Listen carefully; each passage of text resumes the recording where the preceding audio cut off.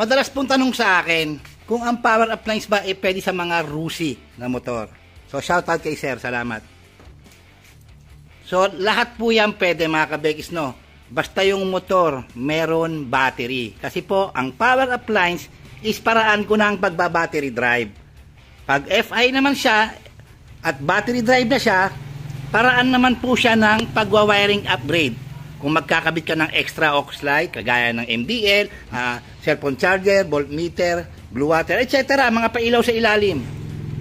Ganun po ang power appliance method. Ngayon, ituturo ko sa inyo kung paano mag-power appliance ng Rusi 110 na Surf.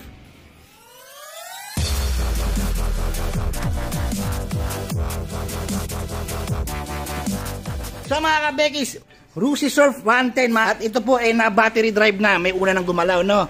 So sayang yung battery ni Sir, halos ang taon lang inabot, no?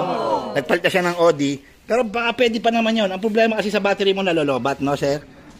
Nadi-discharge. Kasi po, ito yung sabi ko sa inyong, lagi nilang ginagawa kung saan mga mekaniko, kung ano-anong shop. Basta itinap daw gano'n, battery drive na. Ganun lang daw kasimple yun. So ito po, ituturo ko naman sa inyo, paano ba mag-power appliance? Paano mag-battery drive ng advance? Ayun, ayaw nilang tawagin ko yung power appliance kasi wala naman daw ganun eh. O sige, battery drive advance. Para hindi na kayo manggigil. So ito, no, tuturo ko sa inyo kung paano. So mga kabekis, tandaan natin, no, ang gagandahan sa mga Rusi na kagaya ng motor ni Sir is naka full wave na siya. May regulator na siyang ganito. So wala na kayong kailangan galawin sa charging. Malinaw po ba yon? Okay. So simulan natin sa switch. Ang kagandahan din po sa kanya, meron na siyang patayan ng park light at headlight. Ayan. So, ang nangyari po rito, bin-battery drive, sinrace ko siya. Ito pong switch na 3-way switch na naka-built-in. Yung park light po niya, ang nag-supply is galing pong ignition.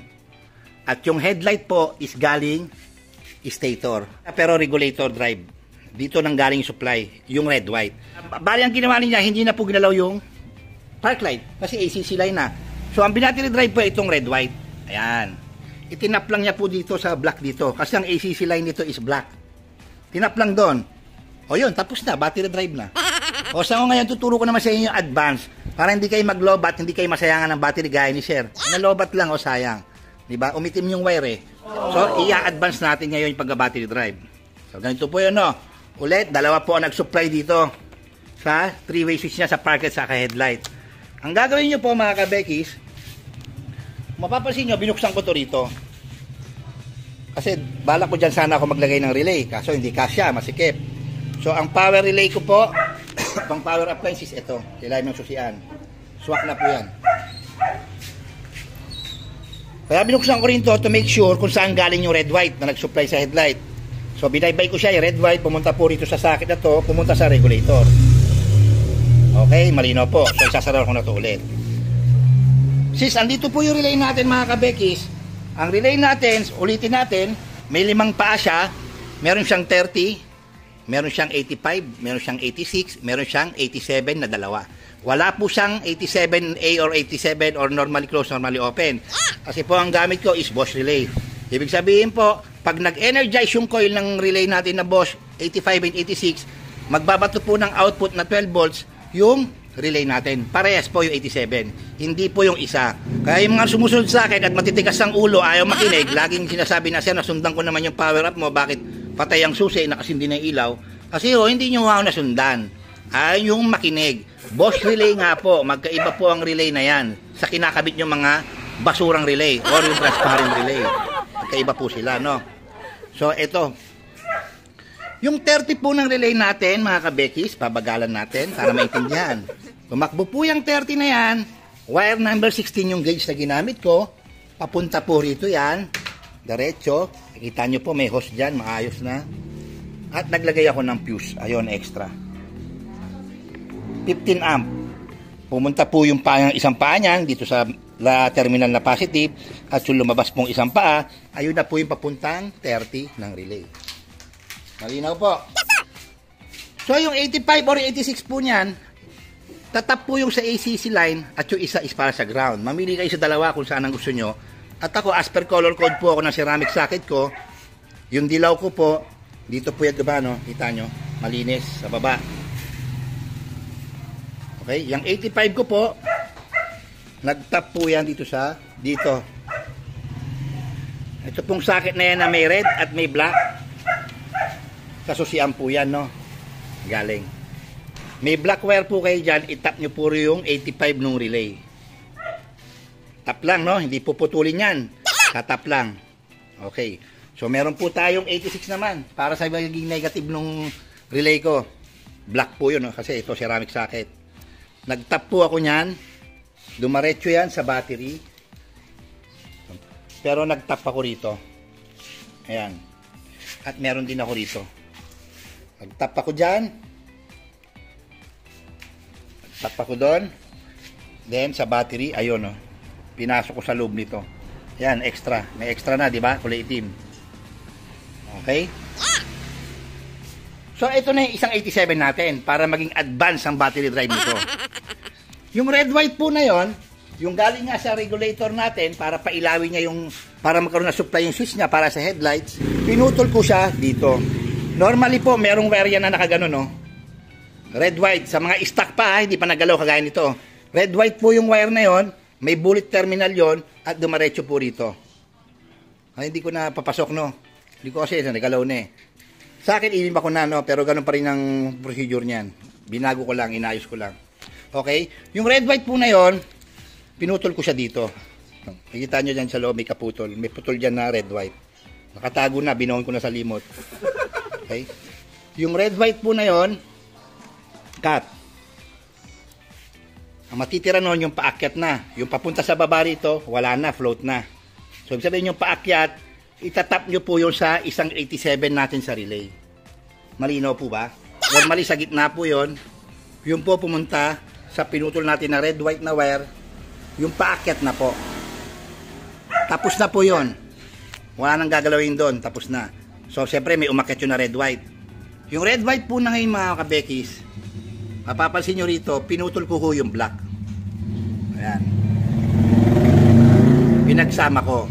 Yung black po na yan, yan nga po yung ACC line na magsusupply sa park light.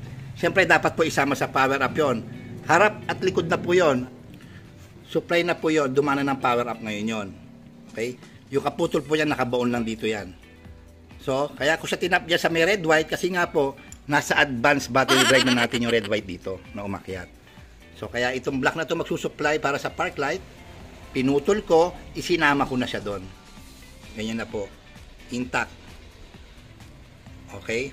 Then, meron po tayong voltmeter nandito. Diyan ko na po tinap yung positive nun. Yung negative po niyan, nasa body ground ako pababa. Okay? Mapapansin kayo, may nakatagong relay dyan. Yan yung switching relay po kasi meron siyang passing horn. Pag bumubusina, gusto niya sumabay yung MDL niya. So, nasa ibang video ko naman na yun. Ganun lang po yun, no? Ngayon may MDL to. At siyempre, meron pa tayo isang 87, itong pula. Yan pong isang yan, umakyat din yan. Ito po, kung makita itong hose na to. Sa baba yan dumaan. Ito, sir. Baba. Umakyat. Ito po yung 3-way switch niya. May common po ito. Ang tatlong wire po nito. Common, high, and low. Ganun po style niyan. Yung isang 87 po ng relay natin mga kabekis, umakyat po yan. Para dito sa blue na wire nito, na which is yung common. And the rest, ganun na po. Yung low niya pumunta po sa MDL, na low, yung high niya pumunta sa MDL. So, nasaan po ba MDL ko? Ito po mga kabekis, papakita ko na rin sa inyo yung paano ang style ng wirings. Gagayahin nyo na lang, di ba sir? Paano yung pagkaka-wiring procedure ko at paano ko in-install yung wiring. Ayan, ganyan yung pwesto. Dito po yung MDL niya. Medyo madilim lang po, no? Ayan yung MDL. Sakto na po yan. Ito po yung wire. Okay? Pumunta po ng domino yan. At yung negative po niyan, sumama na po dito sa tumakbo kong negative papuntang battery. Yan po ang pwesto. Sakto na yan. Ito po, binali ko kasi mahaba masyado yan. Nag-loop ako dito ng paganon. Tapos, sumama dyan. Hinos ko rito kasi para hindi dumidikit sa bakal, hindi kumakaskas.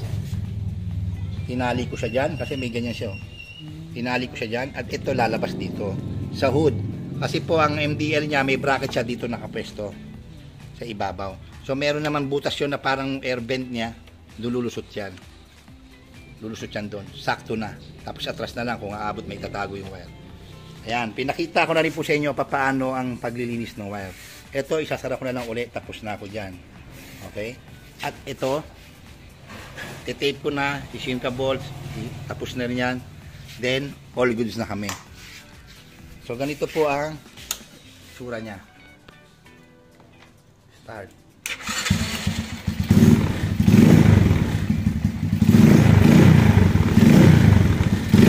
Maganda na charging nito.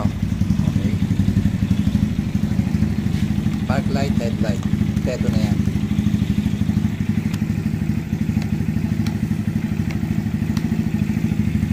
Kusina.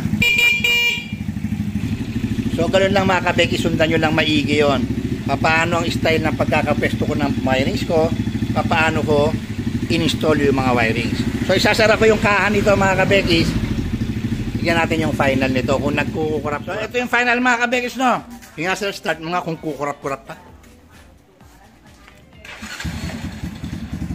Okay, buksan mo park light, headlight. Ganda oh. Yung headlight. Low, high. Low yan, di ba? MDL, sige, buksan mo lang.